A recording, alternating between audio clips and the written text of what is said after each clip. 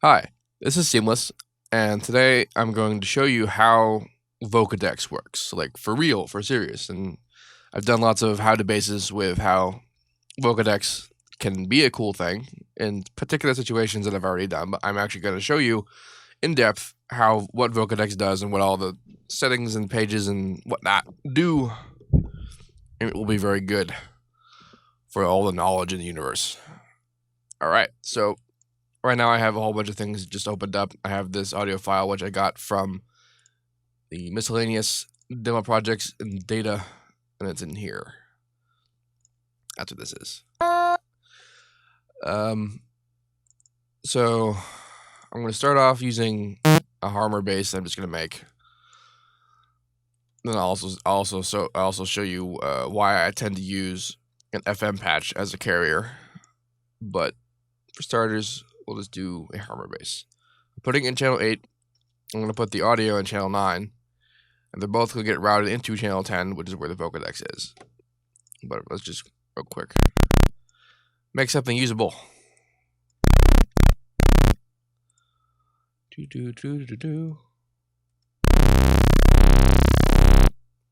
That's cool. Let's mess with this a little bit. Do I have a state file? I do.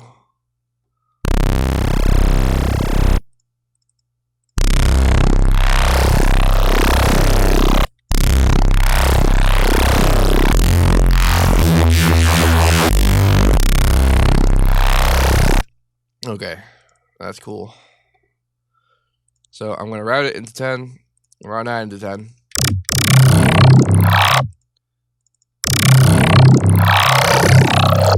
Right now, the sound that we're hearing is just a harmonic bass because by default, at this particular moment, Vocodex has decided that all inputs are their own carrier and modulator. That's what the 0, 0 up here means. So there's two ways that you can route audio into Vocodex. You can determine which is the carrier, which is the modulator by telling it straight up which input is what. And in this particular configuration, I want the vocal to be the modulator and the bass to be the carrier. So that's what that will look like. The other thing you can do is to engage left-right encoding, and that would mean that the left channel and the right channel will be determined to be either the carrier or the modulator. I don't have both going at the same time, so let's do that. Put this in the right register. That's, yeah.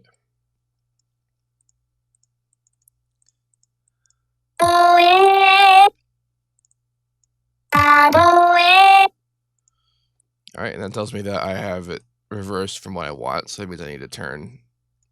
I'm going to label these. This is pretty sure that's the bass, yeah. And this is the vocal. Labels, they help things. And that actually is what I wanted. So that's how you would do that with left-right encoding.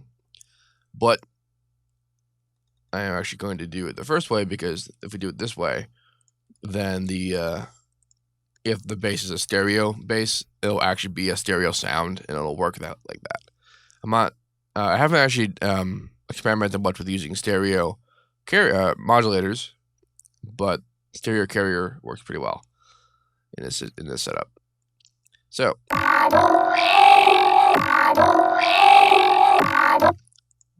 let's have a slightly larger sample size here.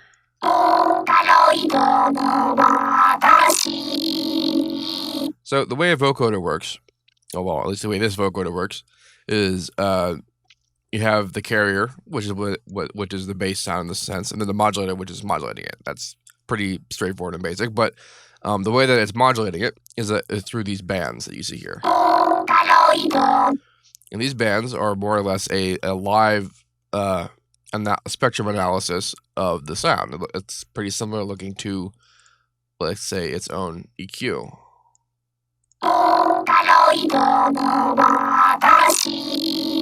See how that relationship is right there.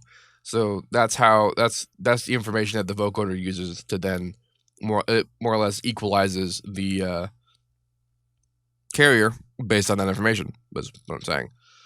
And what the plugin does is it manipulates how those bands work and how they are applied. So, like for example, for most bass applications, you wouldn't want the vocal to be so high pitched. So there's two ways we can solve this. We can either pitch the vocal itself, or we can just move the bands. And that's what the modulator pitch shift does. Is that it actually moves? It will move the relative position of the bands, so that it would sound. It has the character is lower on the spectrum.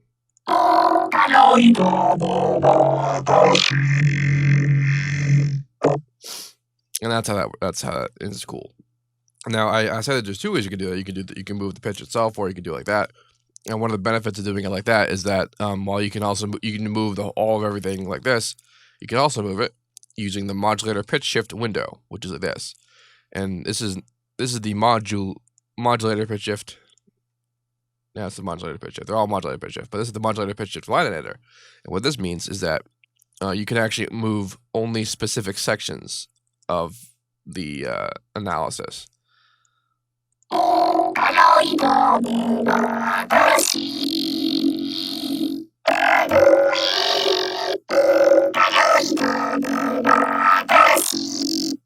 And that has a much more interesting effect on the formant characteristic of the modulator. I typically, like in the last couple of songs that I've done, I've done such things as using an FM bass as a modulator because it has lots of vowel-y characteristics to it. And despite the fact that it really only has FM is pretty married to the one formant movement, you can use this to really change how the character works. It's also very similar to how the effect that the image formant mutation has in Harmor when you're doing resampling type stuff.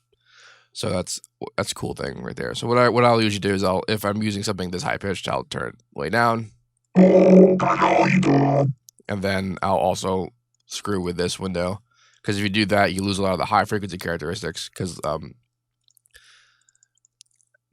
the sound is being attenuated to fit this EQ position. But then if we move it all the way down, then there's no high frequency activity, and so then we won't hear any of the high frequency movement of the bass. So then we go to the line editor for the modulator pitch shift, and then we can move some of the high frequencies back while still keeping the low being low.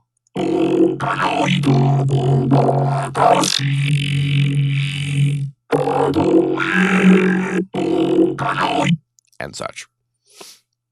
So right now it sounds very robot-y and vocody kind of thing. And how we deal with that is, or change it if we need to, is the band width. So the main knob is right there. And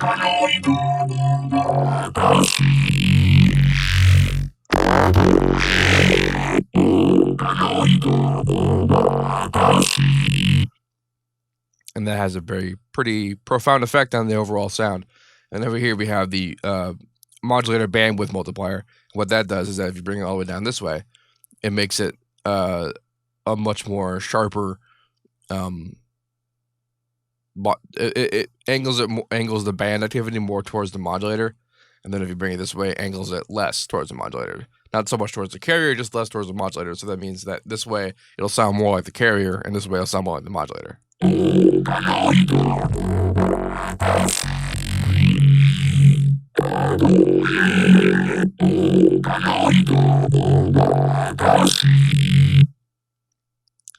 That kind of deal.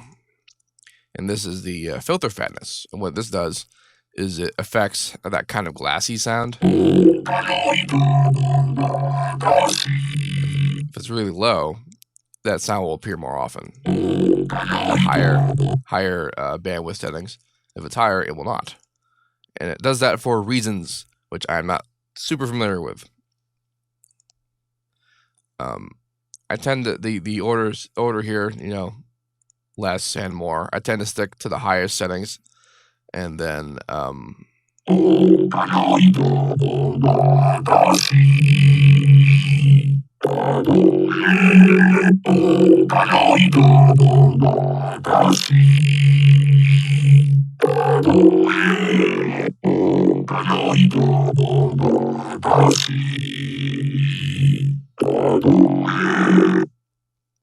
and such. Note that I've had draft enabled this entire time. I tend not to, but you know, it's pretty handy to have that there in case your CPU is not able to handle this. Speaking of CPU, this band number here, if you turn it up,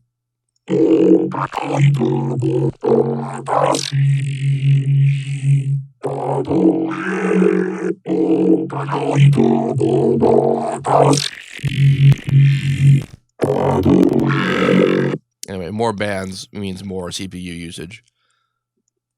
I'm usually pretty free with how I deal with that because I tend not to have too many CPU problems unless I'm running fraps. Up here we have a mixer of various coolness here. We can introduce some noise to even out the sound if we need to do that. This is just the carrier input. It's by default it has it's low pass to a certain extent, so this is pretty useful for bass stuff, especially because bass frequencies tend not to work too well through the modulation. And if you turn it on like this, the bass will, the low frequencies of the bass will go through the sound, and then it'll help keep the sub information. Answering a text. That's what I'm doing. And then over here we have the modulator input, and this is by default high pass, and this is to keep, this is to introduce the the sibilant texture of the modulator, assuming it's a vocal, and that can sometimes even out like the lost high frequency information that I was talking about. Not so much in this case because we lowered the pitch of the modulator, so it kind of sounds like a weird alien when I do that. But if you're after weird alien noises, then this is perfect for you. This is a built-in sound goodizer. By default, it's on just a little bit, which I like, so that's fine. And then the wet knob, pretty straightforward. And there's this whole contour business, which I have never used, so as such, I have no idea what it does. If you click this, it actually sends a test modulator through it. It says Vocodex, just like that.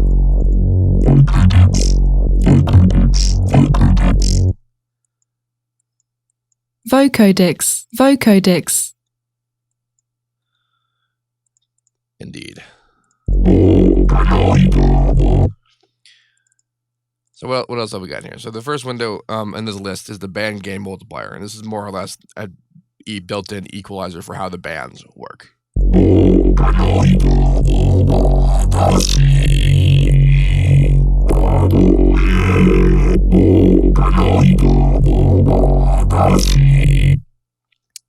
Pretty straightforward. Band panning is cool. What this is you can use the line editor to set the panning for in each band that falls across the spectrum. So like, and that can be very useful for creating unique panning and stereo imaging. I tend not to mess with that just because I don't really like how parts of the spectrum will be in one and speak in the other. And that's just because I'm not so hot on stereo imaging in general is a thing, but that's how that works. Band gain offset.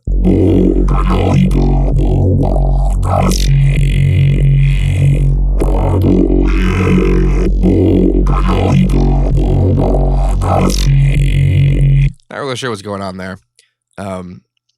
Quick word, if I'm failing to describe how things are working, there is a manual for this.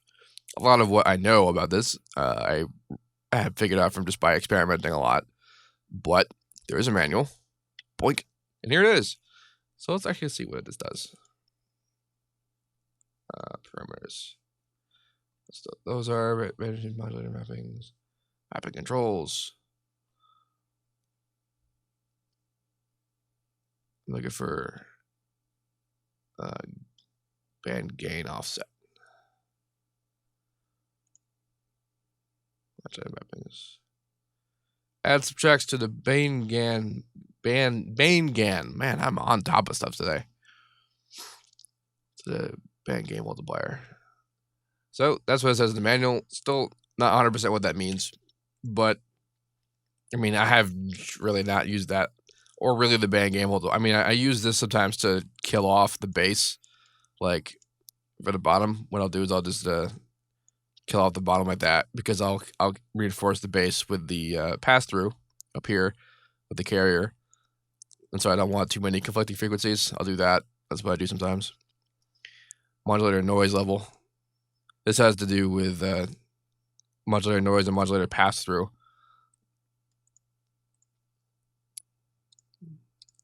Envelope. That's the follows the modulator pitch shift, so that it's, you know, all one and well together. These are things that I don't use because I tend not to want the modulator to pass through at all, for reasons that I described earlier when I tended to manually pass through. Envelope follower hold. Okay, so here we have the hold, attack, and release. So these all apply to these three knobs.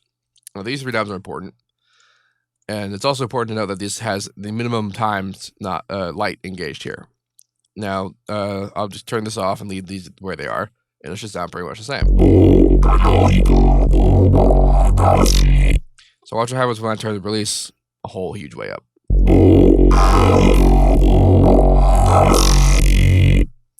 See, now what this is basically the ADSR, ASDR, ARDES attack, release, decay, sustain stuff controls for the bands itself.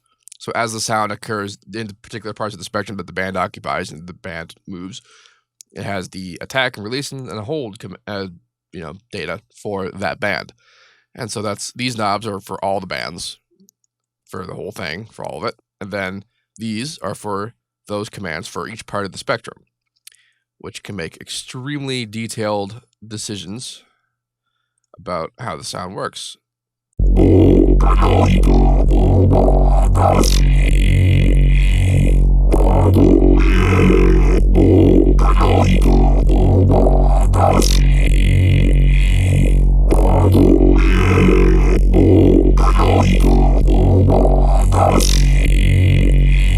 See, right now I have a really short release on the mids and a really long release on the high for some reason, but I do, and that's being really neat.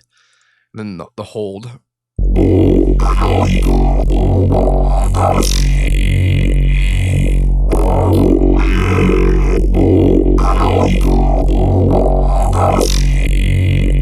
That's just doing neat things to the sound. Like it's very a case by case kind of thing. Like this particular sound is not necessarily need what I'm doing, but it's handy if you do. And like, why would you? So if I bring this all the way down to the left side, which means that it's leaning more towards the modulator, you might hear that, especially with the default release settings, that the sound's kind of bubbly.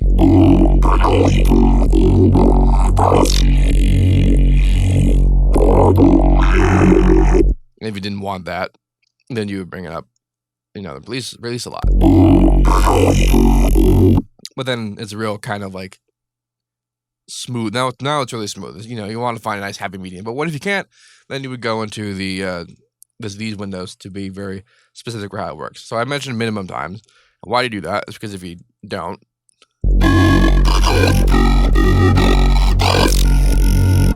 it sounds really weird. But of course, that's why there's a reason why that's an option, because you might find that sounds kind of cool. I actually kind of like what that sounds like just now. I wasn't expecting that, but that was kind of neat. So band distribution. Now you might notice that this is by default not all the way down. So this means that there's not a one-to-one relationship of band happens at this frequency, so it's going to happen at that frequency. I really tend to leave this here, but you can do some pretty interesting stuff.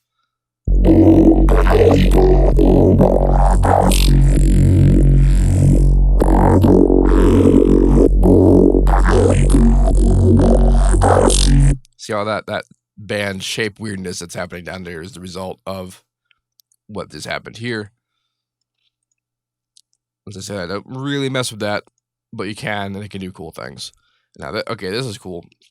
I already showed you what the modulator pitch shift does in this window, but the bandwidth is basically the spectrum procedural version of this knob.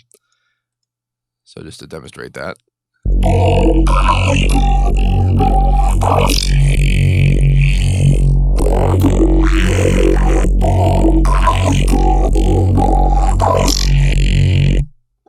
And so I do tend to mess with that a lot for lots of the songs that I've done. I've used this for. Freezing. Okay. So saturation mix. So now this is fun because like this is more or less how this knob works. So this is all the way over here. It's real, not like the modulator, and over here it's more like the modulator. So if you go, and you can think of this as being more saturated. Over here it's more saturated. Over here it's less saturated. So these lines will determine where the saturation is applied, the saturation mix, and over here this will determine what kind of how the saturation. It's kind of like a wave shaper business here that you could really mess with.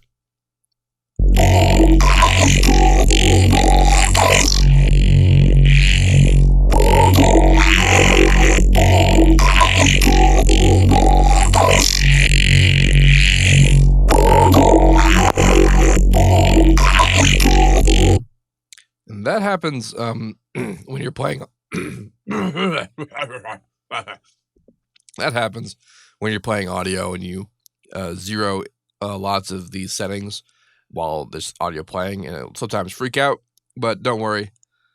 Just hit stop and it'll not be there anymore. The saturation mix and curve I tend not to use much of just because I usually want as much modulator influence as I can get. But again, these are all like damage control options for if you need to have a particular modulator that doesn't work very well with the bass you have. So that's more or less everything I can think of that's important in Vocodex. But there's lots of things you can do outside of Vocodex that help it do its job. And like I mentioned earlier, how the sound's character, the bass, the carrier, and the modulator, both like how they sound will influence how the Vocodex deals with it, and we can help that along by like compressing it. And I tend to do this more on the modulator than I do on the carrier, just because I need to have as much modulator information as I can have in order for it to appropriately affect the carrier.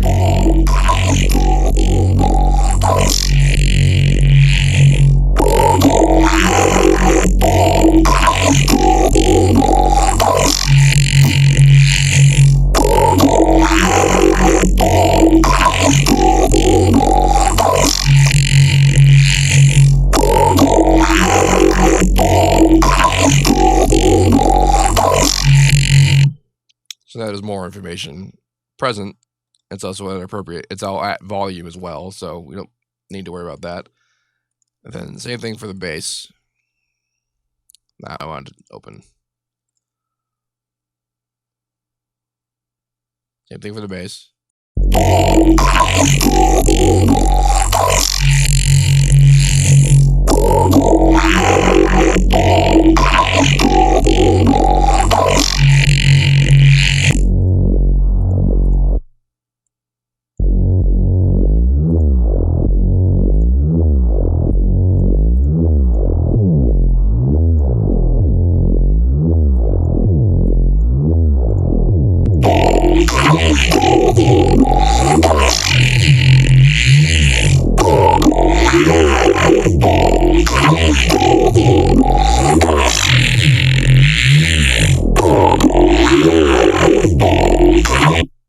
I just put something more interesting in the bass just so that it could be less dull.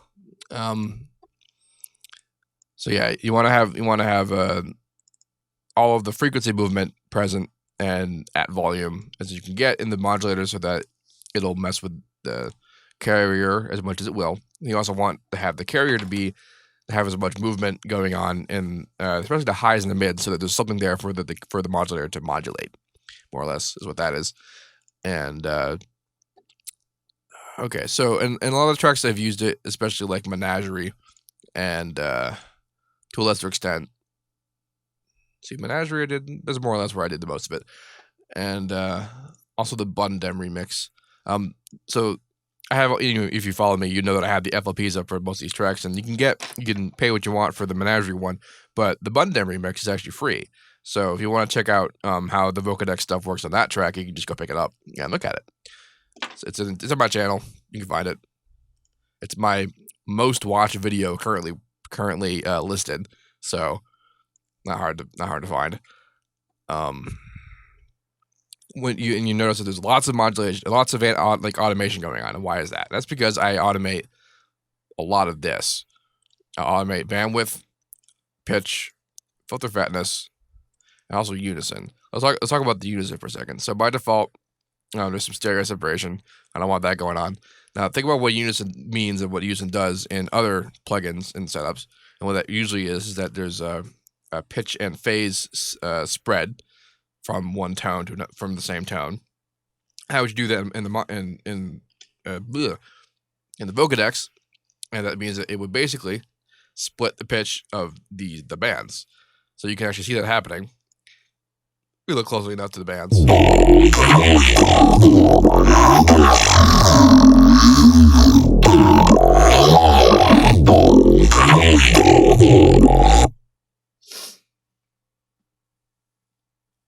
I'm getting a cold. That's amazing. So that's why it sounds simultaneously higher and lower, is because it's splitting how the pitch is being applied in the bands. It's not actually splitting the pitch of the sound itself, just the bands. But in terms of the Vocodex, that's the same thing. The pitch of the modulator and the band position are exactly what's happening. So that's that. So I'll modulate this as well. And like, I'll never, especially when I'm starting out, I won't know what will do what, and you can see that this is less automation clips than is usually for what you see. And that's because I will use a FM bass, and that means I'll also have two automation clips going on for that. Filter fatness is by default all the way up for me. Modulator pitch is all the way down.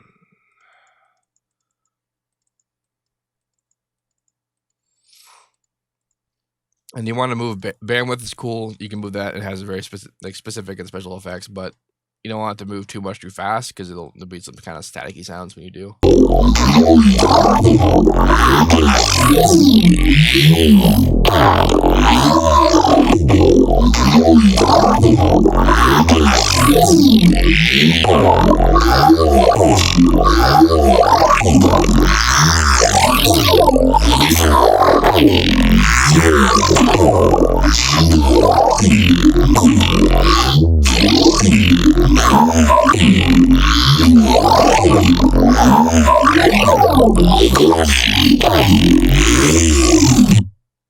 And stuff. So that's what's up with that. So let's talk about why I use FM basses for carriers. That's the wrong alt. There we go. So for demonstrating this purpose, once it's done freezing, I will unsorted. I'll real quick make an FM bass that'll work. Doot doot doot doot doot doot doot doot doot doot doot. So I want, yeah, doot. This guy 4 and a 3. Someone asked why I do negative modulation, and because is my reason. I just pick a direction. As long as they're all the same direction, and for what I'm doing is fine. So not a big deal. Of course, if you did experiment with different directions, you'll know that it's not a big difference either way.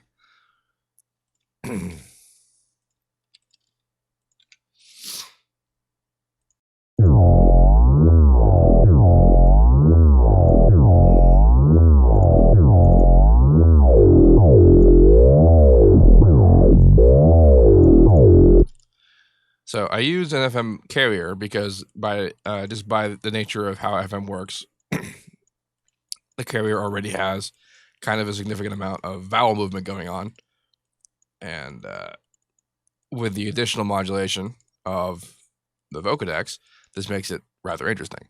And you will have seen this already in such things as Kill the Noise and Skrillex kind of stuff, like Kill the Noise, especially when he uses the massive patches that sound like FM, and then you hear additional modulation happening to the sound.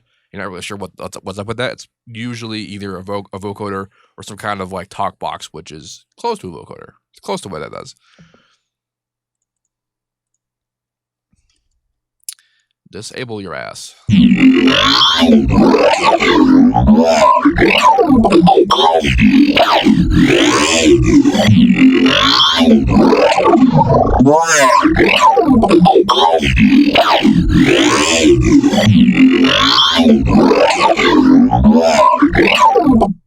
That sounds weird because I took down all the high frequencies.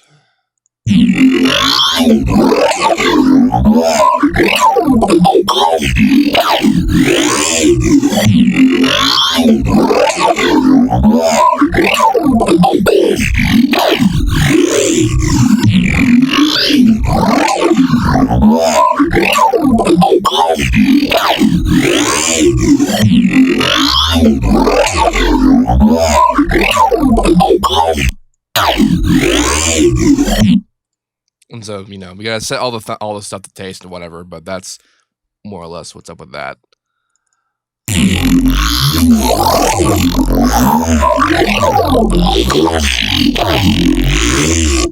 And again, that glassy sound that you're hearing is the result of a low bandwidth setting and also a low filter fatness setting.